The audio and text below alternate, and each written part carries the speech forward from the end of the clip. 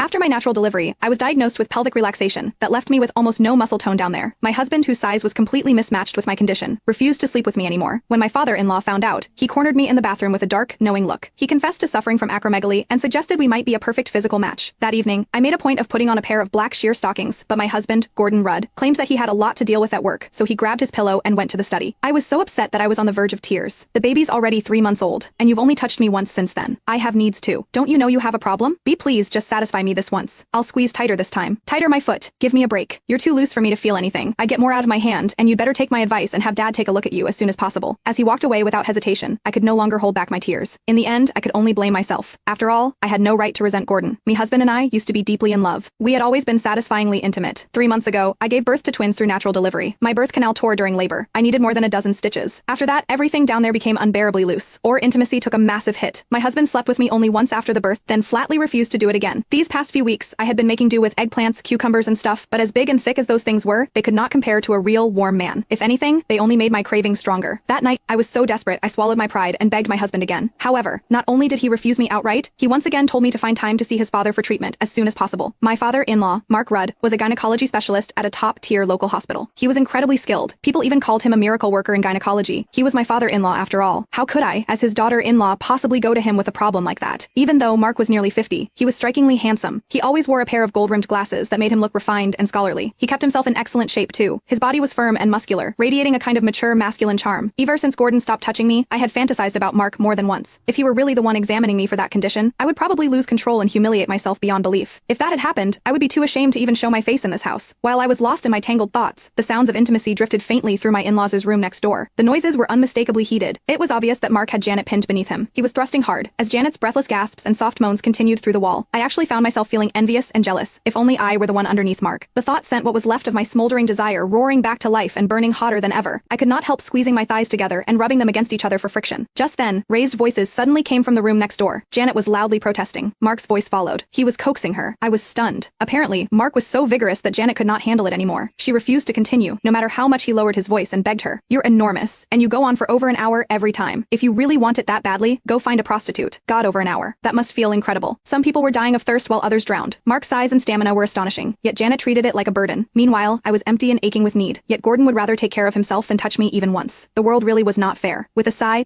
I climbed out of bed and padded miserably to the guest bathroom in the living room. Standing in front of the mirror, I looked at myself. My skin was fair and smooth. I had a body with curves that turned heads. Anyone who saw me would call me a beauty. Yet, despite my perfect appearance, my husband paid no attention. I was left to rely on myself. I stood in front of the mirror, lifted one leg, and bit my lip. I started pleasuring myself. When Janet had suggested that Mark find a prostitute, I wished I could just rush in and tell him not to bother looking, and that he should just come to me.